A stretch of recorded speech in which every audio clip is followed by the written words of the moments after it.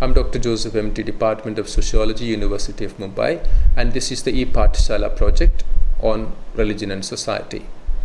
We are in Module 26, which looks at ideology and practice of communalism in India. Communalism is a very specific word which is used to denote certain specific kind of practice in India. Communalism does not have the same shade of meaning elsewhere in the globe today. In India, communalism has acquired a very specific meaning in a very specific Indian context. In this module, we will look at this context and these meanings. Now, what is communalism? One of the first persons who have actually done a lot of research on this is Bipin Chandra. And Bipin Chandra looks at communalism, defines communalism as a way in which a particular people belonging to a particular religion define themselves or understand themselves as having common interests by virtue of their membership in that particular religious community, and thereby construct a kind of a commonality, and thereby also look at other people who are not belonging to their religious affiliations and as having interests very, very different from theirs. And therefore there is a kind of a chasm, a kind of a fissure that gets constructed between these religious communities. And this is what Bipin Chandra would call as communalism. Now, communalism in that sense has evolved in India over a period of time. Historically, some would say that communalism has at some level taken root because of colonial intervention, where the colonial rulers, the Britishers, targeted or looked at Indians in terms of essentialized religious identities as Hindus and Muslims. One of the examples that they give is how in 1905 the division of Bengal in religious kind of limitations based on Hindu and Muslim kind of identities gave rise to this polarization, and how these kind of divisions and these kind of approaches have in that sense increased this polarization over a period of time, and then gave rise to these particular solidified essential identities as Hindus and Muslims. Now, communalism is a kind of an explosive idea, we know, because the kind of history of communal riots that we have witnessed in India makes it a very kind of a potent kind of a topic to study. And more researches need to be done in this particular area of communalism. And in this module, we are looking at this, exactly at this. How have communalism become a part of the Indian political, social and cultural life, and how this is being played out in India today?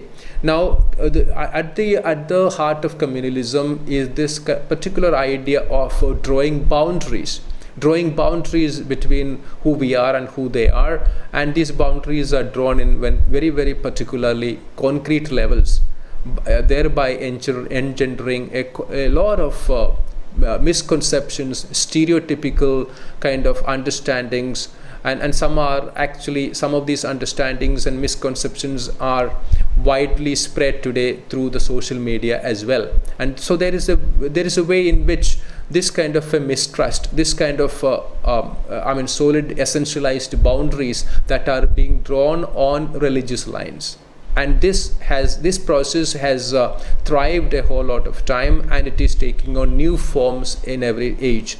And these new forms and the context in which these new forms are taking shape, and the kind of a relationship it has got to an earlier kind of an epoch of colonial period and colonial history. This is what we are going to examine in this module.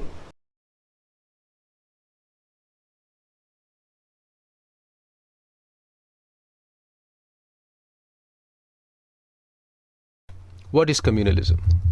Generally understood, communalism is rivalry kept and practiced by one community or religion towards another or each other, bothering only about the well-being of one's own religion. People of one's own religion viewing the welfare of another community as a threat is a common characteristic of communalism.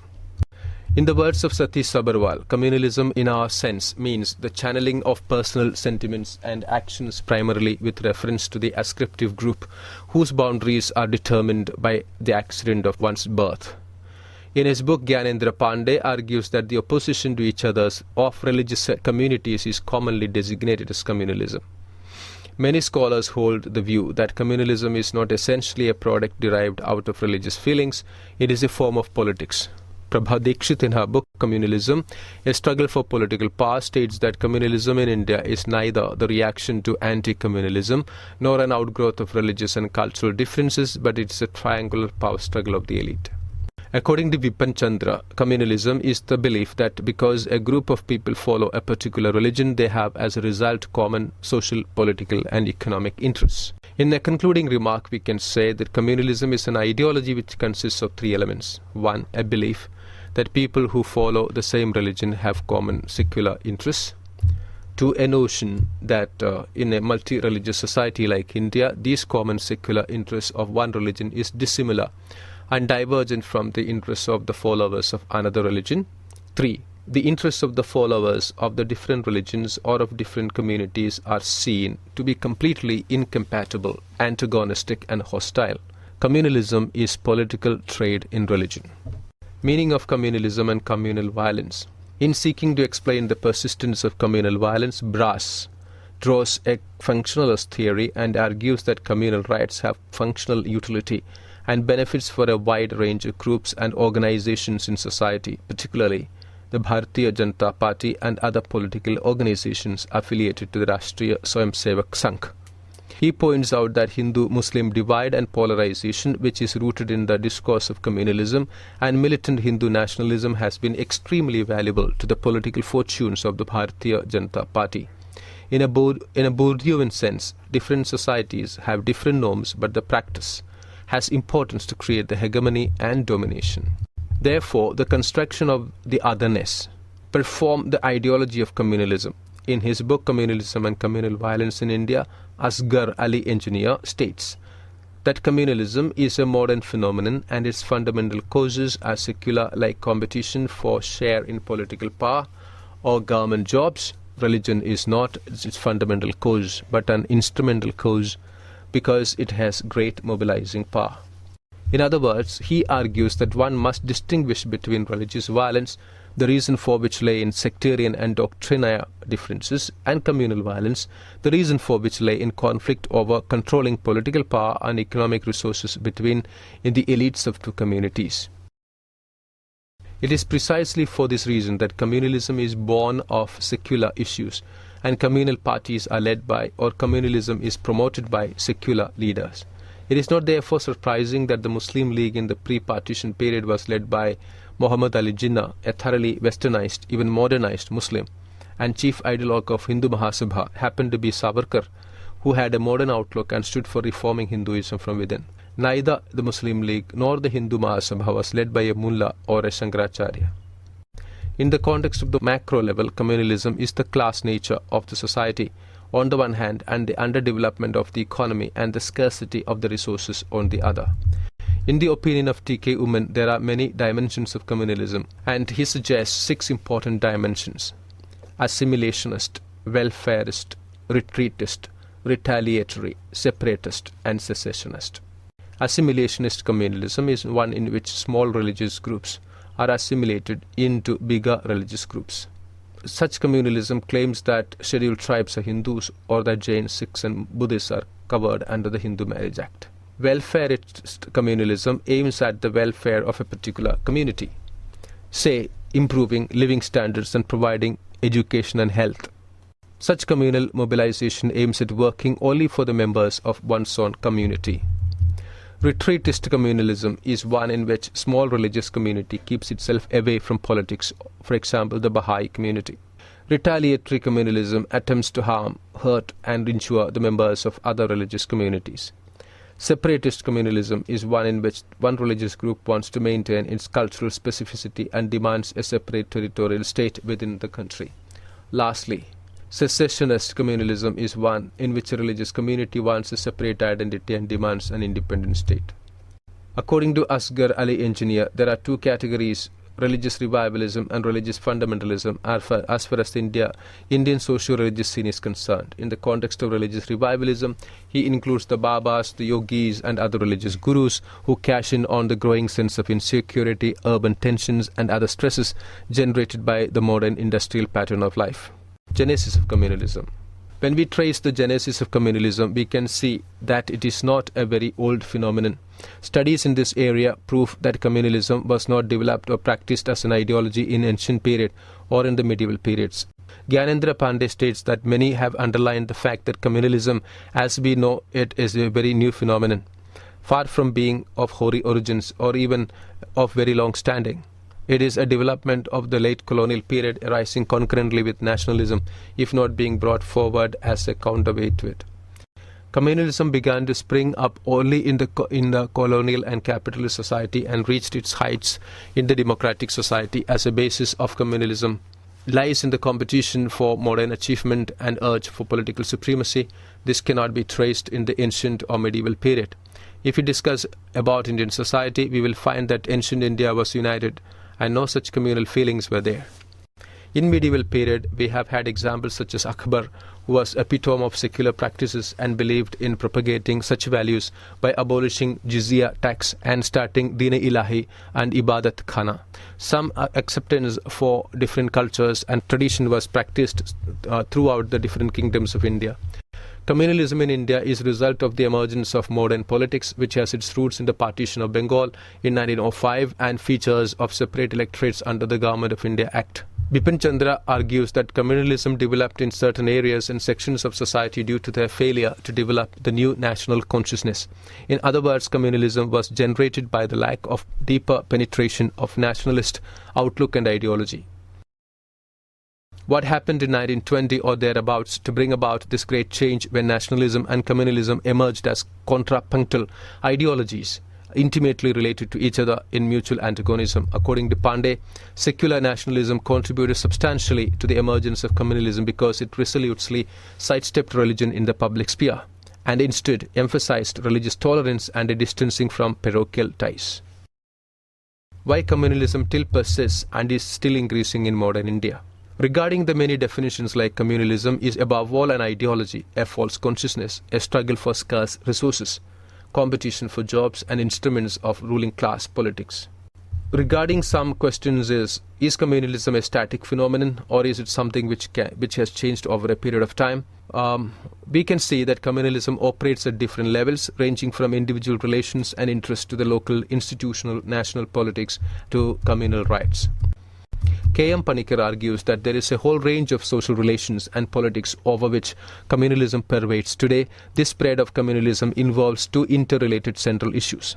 First is the state of consciousness in a society, and the second is communalism as an instrument of power, not purely for capturing state power, but operating in political, social and economic domains and at almost all levels of social organization. That is communalism and communal mobilization. That is based on a perception that there are identities which are based on religious belonging. Such an identity can be manipulated for purpose of power at various levels. In Indian politics, the main route of maximization of votes is communal mobilization on local level to urban level. In this context, Panikkar says that political parties organized around communal ideologies and organized their programs around communal goals. For instance, the Muslim League during the pre-independence period had an Islamic state as its goal. The Hindu Mahasabha during the same period stood for Hindu Rashtra. They had explicit religious and communal goals. In contemporary India, the best example of this political formation is the Bharatiya Janata Party. We can see that the BJP's main plank is Hindu nationalism on the basis of Hindutva ideology. They explicitly make their political program around a communal goal, that is Hindu nationalism. In his article, What is Communalism Today, Pandey states that the first major manifestation of that trend was the Hindu Kalash Yatra, which was in fact a precursor to what the BJP and the BHP are doing today. Its call for revival of Hinduism, combined with the fervent nationalist pride, proved to be a popular and the organization grew rapidly. We are familiar with Golwalkar's Pitrabhumi, Punyabhumi qualification for a true national. Of course, Muslims and Christians, on account of their holy land being outside the boundaries of Bharat Mata, are perpetual suspects. Ghar Wapsi is an ideological project to produce the loyal citizen for the Hindu nation-state. For the Vishwa Hindu Parishad, therefore, a change of faith from Hinduism to Buddhism, Jainism or Sikhism for that matter doesn't dismember the Hindu nation, but one to Islam and Christianity does. In the context of ideological state apparatuses, we want to draw attention that the RSS has opened many schools, hospitals and charity work. Violence seems most likely in areas where there are politicians are supported by local networks of extremist organizations and individuals who specialize in creating and maintaining communal tensions. These networks, according to Paul Brass, are institutionalized riot systems. As such, actors keep communal tensions alive throughout the years through a steady infusion of communal ideology. A precipitating incident can easily be interpreted as an instance of broader communal conflict. If the activities of these networks are not kept in check either by the police or by the civic bodies, large-scale violence may develop. Economic and social disparities. Economic tensions between the two communities lead to social tensions which can easily be turned into communal tension by exploiting certain situations on the occasion of religious festivals. The behavior of the society is based on the culture prevailing in that society. Social imbalance due to unequal growth of population can be pointed out as a factor constructing the growth of communalism. In her article Consensus, Communalism and Gender and Identity, Charu Gupta explains how the fertility rate checked with the domination of the context of population and control sexuality. She covered the form of communalism in the context of gender and sexuality. Hindu propagandists argue that the loss of a Hindu widow was not just the loss of one person but of many more. Moreover, these numbers were subtracted from the Hindu population but added to the Muslims, doubling the loss to the Hindus. One tract, Hamara Bhishan Has, a collection of articles reprinted from newspapers, dwelt on the catastrophic decline of Hindus due to growing conversion. Here we see a combination of the negative portrayals of the Muslims, stereotypes about sexual desires of widows, as well as fears of the agency of the widow. Judiciary and communalization. The role of judiciary in matters of religious arena, we see that it holds the debate between secular and the communal. In her article Religious Freedom and State Intervention, Gurpreet Mahajan argues that the judgments of the court are not free from biases and perform the ideology and practice in the context of Hindu ceremonial law. We can see that in the case of Uttar Pradesh UP Prevention of Cow Slaughter Act of 1956, Supreme Court has upheld the prohibition of cow slaughter on the grounds that the ban was in the interest of the public order. The validity of this act was questioned from another perspective in the M.H. Qureshi versus the state of Bihar case. Here the petitioner claimed that the proposed ban on cow slaughter prevented him from observing the Muslim community's religious practice of sacrificing a cow on the occasion of Bakrid.